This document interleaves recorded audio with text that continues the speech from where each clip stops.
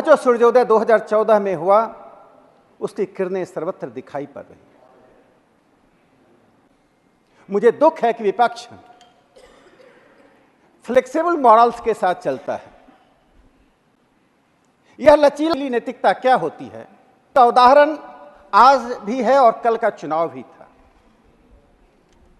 जब इनकी सीटें कहीं बढ़ती हैं और किसी राज्य में इनकी सरकारें बनती हैं तो ये ईवीएम की पूजा करने लगते हैं।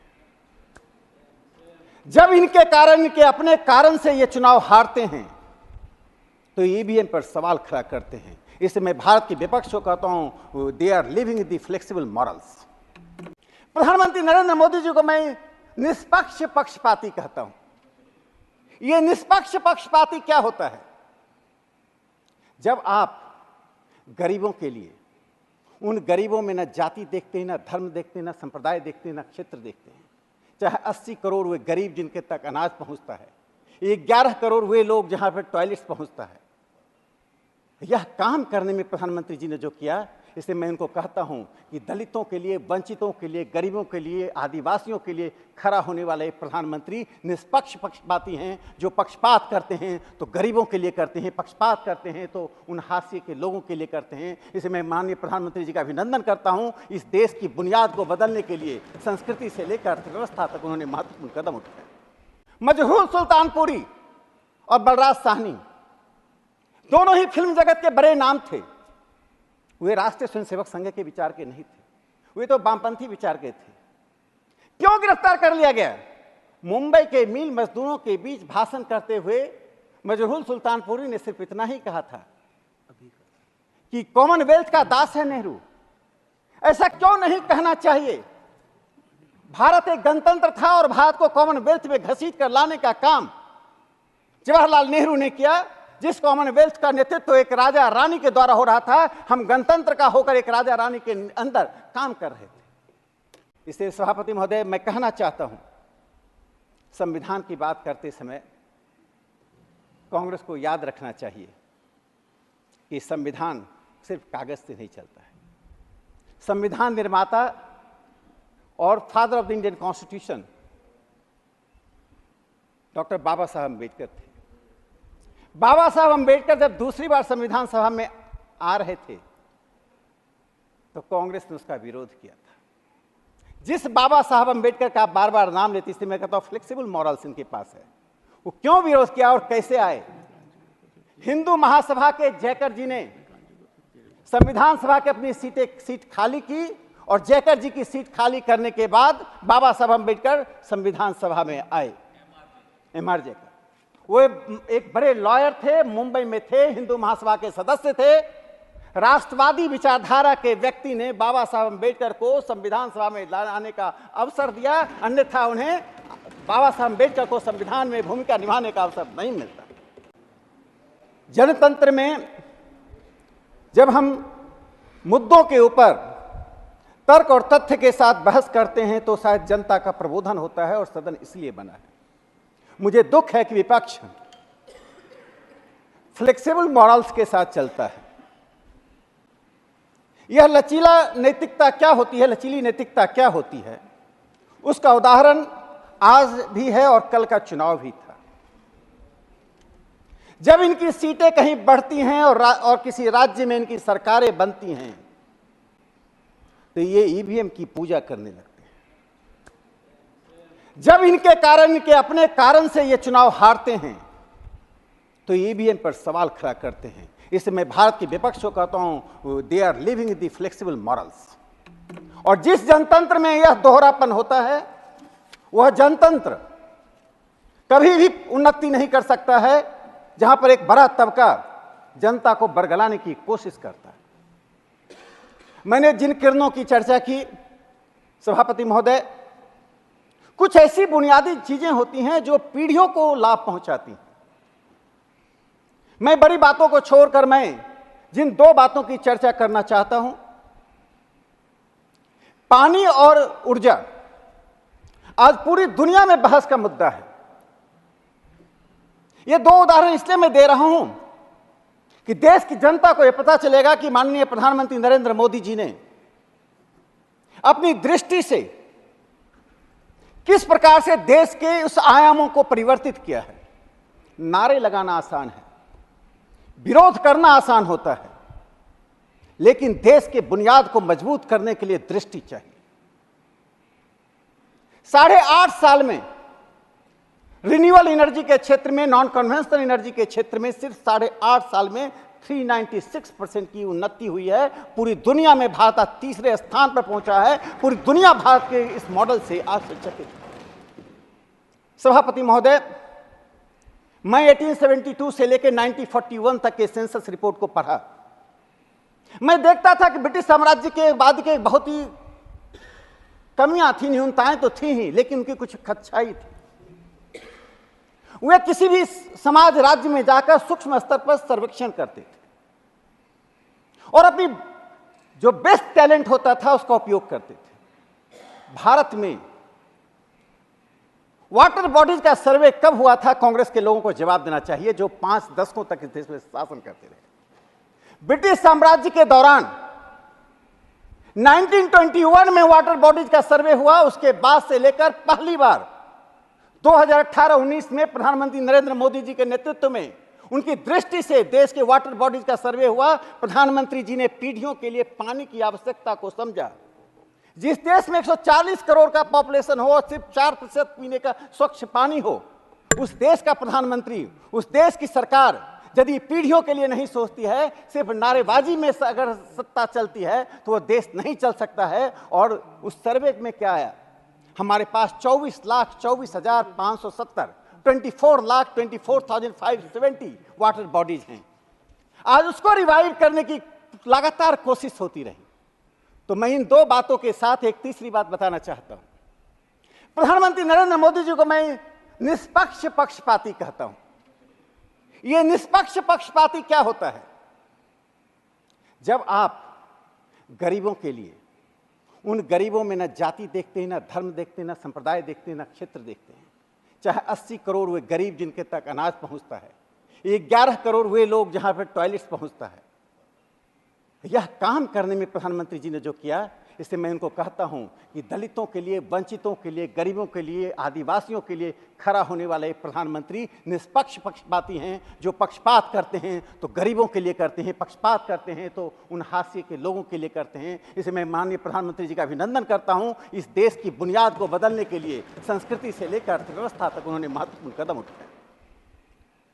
सभापति महोदय, विपक्ष बार बार यह सवाल उठा रहा है संविधान का।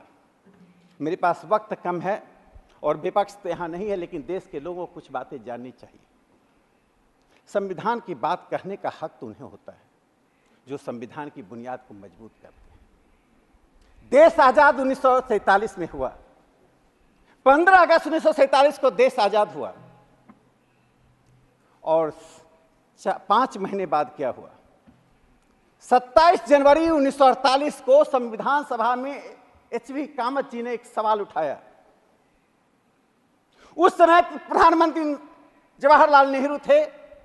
नेहरू जी का नाम सुनते ही विपक्ष संवेदनशील हो जाता है, लेकिन विपक्ष से हम पूछना चाहते हैं, श्री बी.डी. त्रिपाठी जी जो सिविल डिसोबीडियंस मूवमेंट में जेल गए, क्विट इंडिया मूवमेंट में जेल गए,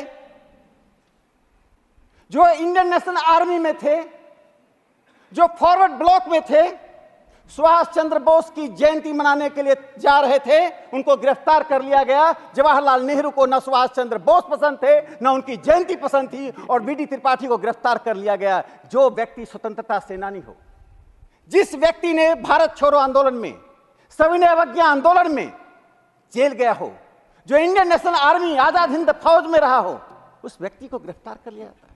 यह स्वतंत्र भारत के इतिहास में पहली ऐसी गिरफ्तारी थी। 3 साल बाद 1951 में इसकी चर्चा सभापति महोदय मैंने 2 साल पूर्व अपने भाषण में किया था। मजरूर सुल्तानपुरी और बलराज साहनी दोनों ही फिल्म जगत के बड़े नाम थे। वे राष्ट्रीय स्वयंसेवक संघ के विचार के नहीं थे, वे तो वामपंथी विचार के थे। क्यों गिरफ्तार कर लिया गया? मुंबई के मिल मजदूरों के बीच भाषण करते हुए मजरूर सुल्तानपुरी ने सिर्फ इतना ही कहा था कि कॉमनवेल्थ का दास है नेहरू। ऐसा क्यों नहीं कहा? ऐसा क्यों नहीं कहना चाहिए? भारत एक गणतंत्र था और भारत को कॉमनवेल्थ में घसीट कर लाने का काम जवाहरलाल नेहरू ने किया, जिस कॉमनवेल्थ का नेतृत्व एक राजा रानी के द्वारा हो रहा था। हम गणतंत्र का होकर एक राजा रानी के अंदर काम कर रहे थे। मजरूल सुल्तानपुरी को जेल भेज दिया गया, 2 साल तक मजरूल सुल्तानपुरी जेल में। यह जो प्रक्रिया चली, मैं आपातकाल का एक घटना का जिक्र करना चाहता हूं। एक पत्रकार बीएम सिन्हा जेल गए थे। उस पत्रकार को जेल क्यों भेजा गया? सरकार चाहती थी कि वो पत्रकारों के बीच जासूसी करके सरकार को रिपोर्ट करें। बीएम सिन्हा ने अपने निष्पक्ष भावना से, निर्दोष भावना से, अपनी उस निष्पक्षता से सरकार के साथ ऐसा करने से इनकार कर दिया गया, जेल भेज दिए गए। बीएम सिन्हा की वृद्ध मां की मृत्यु हो गई। बीएम सिन्हा मां के मृत पार्थिव शरीर को देखना चाहते थे। बीएम सिन्हा अंत्येष्टि में शामिल होना चाहते थे। एक पुत्र की इच्छा थी कि अपनी मां की अंत्येष्टि में शामिल हो। कांग्रेस की सरकार ने आपातकाल में बीएम सिन्हा एक पत्रकार को अपनी मां की अंत्येष्टि में शामिल होने से मना कर दिया। जिस आपातकाल में लगभग 60,000 से अधिक लोगों को जेल में बंद किया गया, बंद होने वाले अधिकांश लोग हमारी विचारधारा से जुड़े हुए थे। भूमिगत आंदोलन करने वाले आज हमारे देश के प्रधानमंत्री हैं।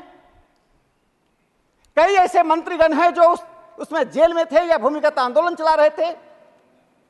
उस वक्त धर्मवीर भारती ने एक छोटी सी कविता लिखी थी। ये लोग कितने कमजोर हैं। बंदूक की नोक पर शासन करने वाले लोगों पर धर्मवीर भारती की कविता कितनी अच्छी थी। उस कविता में धर्मवीर भारती जी ने लिखा, खलक खुदा का हुक्म बादशाह का, खबरदार हो जा, सभी अपने दरवाजों को अंदर से कुंडी लगाकर बंद कर ले, खिड़की के पर्दे गिरा लें और अपने बच्चों को सड़क पर ना भेजें, क्योंकि एक 72 साल का बूढ़ा आदमी सच बोलता हुआ सड़क पर निकल पड़ा है। धर्मवीर भारती ने उस आपातकाल में उससे चुनौती दी जब संविधान को निरस्त करके, लोगों के मौलिक अधिकारों को समाप्त करके कांग्रेस की सरकार ने इस पूरे देश को जेल खाने में परिवर्तित कर दिया था। इसलिए सभापति महोदय, मैं कहना चाहता हूं, संविधान की बात करते समय कांग्रेस को याद रखना चाहिए कि संविधान सिर्फ कागज से नहीं चलता है। संविधान निर्माता और father of the Indian constitution doctor Baba Saheb Ambedkar थे। बाबा साहब अम्बेडकर जब दूसरी बार संविधान सभा में आ रहे थे तो कांग्रेस ने उसका विरोध किया था। जिस बाबा साहब अम्बेडकर का आप बार बार नाम लेते, इसलिए मैं कहता हूं फ्लेक्सिबल मॉरल्स इनके पास है। वो क्यों विरोध किया और कैसे आए? हिंदू महासभा के जयकर जी ने संविधान सभा की अपनी सीट खाली की और जयकर जी की सीट खाली करने के बाद बाबा साहब अम्बेडकर संविधान सभा में आए। एमआर जयकर वो एक बड़े लॉयर थे, मुंबई में थे, हिंदू महासभा के सदस्य थे। राष्ट्रवादी विचारधारा के व्यक्ति ने बाबा साहब अम्बेडकर को संविधान सभा में लाने का अवसर दिया, अन्यथा उन्हें बाबा साहब अम्बेडकर को संविधान में भूमिका निभाने का अवसर नहीं मिलता। और अंत में मैं एक बात कहना चाहता हूं कि इस देश को जायदाद की तरह ट्रीट करने वाले कौन लोग थे। सभापति महोदय, मैं 2 मिनट लूंगा, मेरा ये अंतिम भाषण ही होगा। मेरा टर्म समाप्त हो रहा है, इसलिए मैं 2 मिनट अगर आप दे दें। How do you know? तो how do you know it is your last भाषण? देखिए, आखिरी भाषण है, आप कैसे कह सकते हैं? देश में एक व्यवस्था होती है और निर्णय पार्लियामेंट्री डेमोक्रेसी में महत्वपूर्ण निर्णय कैबिनेट के द्वारा होता है। मैं इमरजेंसी की चर्चा नहीं करना चाहता हूं, जो चर्चा हो चुकी राष्ट्रपति जी ने पहले जो आपने इसका उल्लेख किया नरीमन जी के ऑटोबायोग्राफी से। और मैं आज की परिस्थिति पर, मैं एक विदेश नीति पर कोई आपत्ति न बढ़े, ये माफ मैं सिर्फ इतिहास की एक घटना बताना चाहता हूं। हमारे माननीय विदेश मंत्री जी बैठे हुए हैं। बर्मा के राज्याध्यक्ष भारत आए, उनको हम कुछ भी भेंट दे सकते हैं। मेरे घर कोई आएगा, मैं कुछ भी भेंट दे दूंगा। मेरे देश आएंगे तो मुझे भेंट देना होगा, और कोई महत्वपूर्ण भेंट देनी होगी तो मुझे कैबिनेट से अनुमति लेनी पड़ेगी। प्रधानमंत्री नरेंद्र मोदी जी ने उन प्रक्रियाओं को अपनाया, लेकिन जवाहरलाल नेहरू ने किस प्रक्रिया को अपनाया? कवाब वैली जो 22,210 स्क्वायर किलोमीटर की है, उस कवाब वैली को, मणिपुर के उस महत्वपूर्ण घाटी को यूनो को दे दिया। कहां थी कैबिनेट, कहां था पार्लियामेंट? सांसद और मंत्रिपरिषद को निरस्त करते हुए आप एक पूरी घाटी को पूरे देश को देते हैं। Please conclude. तो मैं अंत में यह कहना चाहता हूं कि जिस प्रक्रिया को अपनाया प्रधानमंत्री जी ने, बस 1 मिनट में समाप्त करता हूं। डीकोलोनाइजेशन एक महत्वपूर्ण विषय है। हम आजाद 47 में हुए, इस पर बड़ी चर्चा होगी और अभी डीकोलोनाइजेशन की लंबी प्रक्रिया चलेगी। प्रधानमंत्री जी को मैं कहना चाहता हूं, he is father of decolonisation of India. इसलिए मैं कहना चाहता हूं 1800 ऐसे कानूनों को समाप्त किया गया। उसमें एक कानून का उदाहरण देता हूं, एयरक्राफ्ट एक्ट 1934 में बना। उसमें पतंग उड़ाने के लिए अनुमति चाहिए, और यदि पतंग भी आपने उड़ा दिया तो 10 लाख का जुर्माना, 2 साल की कैद की सजा। 1934 का यह कानून। ऐसे सैकड़ों कानून, 1800 ऐसे कानूनों को समाप्त किया। लगभग 3400 कानूनों में डिक्रिमिनलाइज किया और 39 लाख कंप्लायंसेस को कम किया। इससे जो करता है वही इतिहास बनाता है। जो सिर्फ सोचता है, जो सिर्फ नारे लगाता है, वो इतिहास के दुष्चक्र में, इतिहास के रथ के पहिए के नीचे दब कर रह जाता है। प्रधानमंत्री जी जो सोचते हैं वे करते हैं, और इसलिए उन्होंने 2047 की बात की, भविष्य की बात की। जो पीढ़ियों के लिए सोचता है वो स्टेट्समैन कहलाता है, राजनेता कहता है। जो वर्तमान में सिर्फ अपने लिए सोचता है वो एक भोगी नेता के रूप में रहता है। प्रधानमंत्री जी ने एक रास्ता तय किया है, उस रास्ते पर हम सब चलें। इसी आशा के साथ मैं एक बार पुनः दुख व्यक्त करता हूँ। फ्लेक्सिबल मॉडल्स वाले संसदीय जनतंत्र के अनुकरण करें और विपक्ष में तर्क और तथ्य के आधार पर सदन को आगे बढ़ने में सहयोग करें। धन्यवाद। श्री